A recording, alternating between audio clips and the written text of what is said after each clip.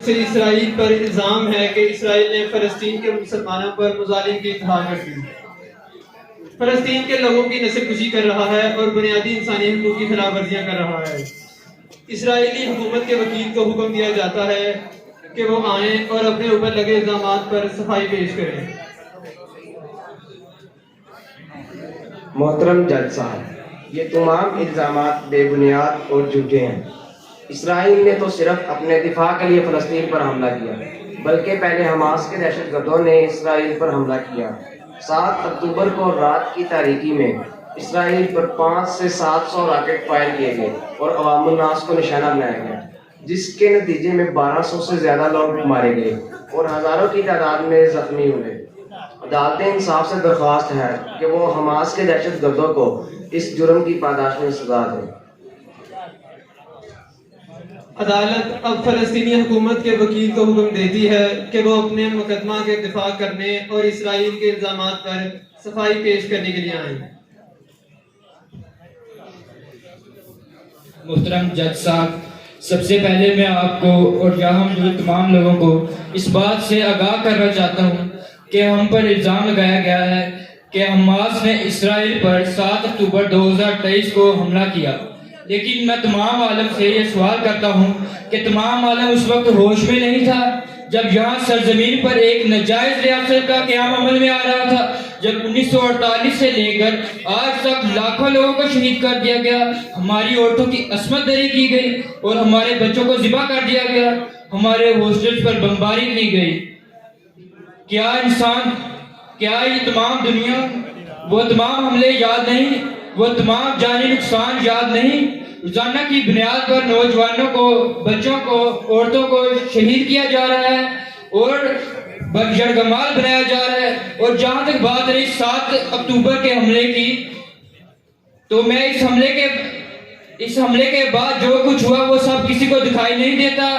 5 ماہ سے غزہ کے لوگ ایک عذاب میں زندگی گزار رہے ہیں، روزانہ سینکڑوں لوگ بمباری کی وجہ سے مارے جاتے ہیں اور ہزاروں لوگ زخمی ہو جاتے ہیں اور ہزاروں لوگوں کو جج صاحب، میرے مخالف وکیل کی طرف سے لگائے گئے تمام الزامات بے بنیاد ہیں۔ ہماری فوج کی طرف سے تو صرف ان علاقوں اور جگہوں پر آپریشن کیا گیا جہاں حماس کی موجودگی کی اطلاعات تھی۔ ہماری جانب سے کسی عام شہری کو نقصان نہیں پہنچایا گیا اور نہ ہی جان بوجھ کر کسی املاک کو جان بوجھ کر نشانہ بنایا گیا، بلکہ ہماری طرف سے تو شہریوں کو پہلے ہی اطلاع کر دی گئی تھی کہ وہ علاقہ خالی کر دیں۔ محترم جج صاحب، کیا ان کو جھوٹ بولتے ہوئے ذرا شرم نہیں آتی؟ تمام شاہد اور گواہان کے ہوتے ہوئے یہ جھوٹ پہ جھوٹ بولتے جا رہے ہیں۔ یہ جھوٹ کس قدر ہٹ درمی سے بات کر رہے ہیں اور کہہ رہے ہیں کہ انہوں نے عام شہری کو نشانہ نہیں بنایا۔ میری عدالت سے درخواست ہے کہ یہاں پر ان لوگوں کو بلایا جائے جنہوں نے یہ منظر اپنی آنکھوں سے دیکھا ہے۔ عدالت اب حکم دیتی ہے کہ اقوام متحدہ کے سفیر کو پیش کیا جائے، جنہوں نے دونوں ممالک کے موقف کو سنا اور اپنی آنکھوں سے حالات کو دیکھا۔ جج صاحب، میں نے اقوام متحدہ کے سفیر کی حیثیت سے بذات خود دونوں ممالک کا دورہ کیا اور بغور حالات کا مشاہدہ کیا۔ دونوں اطراف کی عوام خوفزدہ ہیں، پریشان ہیں اور امن کے خواہش مند ہیں۔ میں گزارش کروں گا کہ عدالت اپنی قوت کا استعمال کرتے ہوئے دونوں ممالک کو مابین جنگ بندی کا معاہدہ کروائے۔ کیا آپ کے خیال میں 7 اکتوبر کو حماس نے جو کیا وہ صحیح تھا؟ جی نہیں، میں بالکل بھی اس بات کے حق میں نہیں ہوں کہ حماس نے جو کیا وہ درست تھا، لیکن یہ بات میں بھی جانتا ہوں کہ 7 اکتوبر سے پہلے جو کچھ ہوتا رہا وہ ٹھیک نہیں تھا، بلکہ وہ اس سے بھی بدتر تھا۔ معزز جج صاحب، میں اپنے مخالف وکیل سے عرض کرتا ہوں کہ ان کے پاس 7 اکتوبر کے علاوہ کوئی مضبوط موقف موجود ہے تو وہ بات کرے، اور ان سے میں یہ پوچھتا ہوں کہ 7 اکتوبر سے پہلے یعنی 1948 سے لے کر اب تک جو 76 سال بنتے ہیں، اس کے دوران فلسطین پر غیر قانونی قبضے اور فلسطین کے لوگوں جن میں مسلمانوں کے ساتھ عیسائی بھی شامل ہے جس قدر مظالم کیا گیا، اس کو کیسے جسٹیفائی کریں گے؟ 7 اکتوبر تو محض ایک بہانہ ہے۔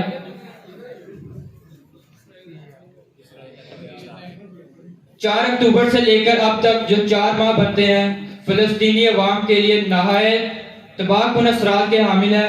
میں معزز سفیر صاحب سے سفارش کروں گا کہ وہ آئیں اور غزہ میں جو دیکھا وہ بیان کریں۔ جج صاحب، جیسا کہ میں نے دونوں ممالک کا دورہ کیا، غزہ اس وقت ایک ایسا مقام بن چکا ہے جہاں زندگی گزارنا ناممکن ہے۔ اسرائیل نے تمام عالمی قوانین کی خلاف ورزی کرتے ہوئے مظالم جاری رکھے ہوئے ہیں۔ نہ کسی اسکول کی عمارت، نہ کسی یونیورسٹی، نہ کسی ہسپتال کی عمارت کو بخشا گیا، بلکہ ہر چیز تہس نہس کر دی گئی۔ جہاں پر جنگ سے متاثر عوام پناہ لیے ہوئے تھی، ان جگہوں کو بھی نشانہ بنایا گیا۔ عالمی امداد جو دنیا بھر کے ممالک غزہ کے لوگوں کے لیے بھیجی گئی تھیں، اسے غزہ میں داخل نہ ہونے دیا گیا۔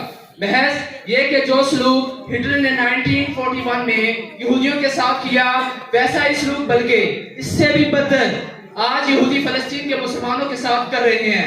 جج صاحب، یہ دہشت گردی ہے، یہ ناانصافی ہے، یہ سفاکیت ہے، یہ ظلم ہے۔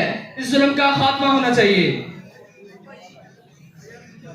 معزز جج صاحب، میرے خیال سے یہ ثبوت اور گواہان اسرائیل کی سفاکیت کا پردہ فاش کرنے کے لیے کافی ہوں گے، لیکن اگر اس سب کے باوجود آپ کو کسی ثبوت کی ضرورت ہے تو میں آپ کی خدمت میں چند تصاویر اور ویڈیو ریکارڈنگ پیش کر رہا ہوں۔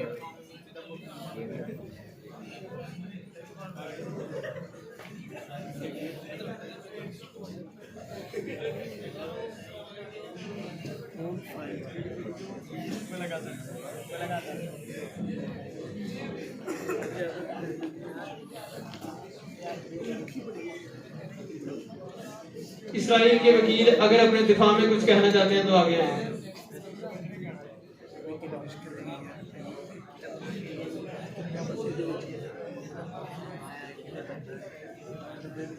تمام ثبوتوں اور گواہوں کے دلائل کو مد نظر رکھتے ہوئے عدالت اس فیصلے پر پہنچی ہے اسرائیلی حکومت وار کرائمز اور جینوسائیڈ میں ملوث پائی گئی ہے۔ عدالت اسرائیلی حکومت کو حکم دیتی ہے کہ پہلی فرصت میں فلسطین کے لوگوں تک ہیومینیٹیرین ایڈ پہنچائے اور انفراسٹرکچر کی تعمیر نو کرے۔ اس کے علاوہ فیلڈ فور جنگ بندی کا اعلان کرے اور جنگی قیدیوں کو رہا کرے۔ The court has been dismissed.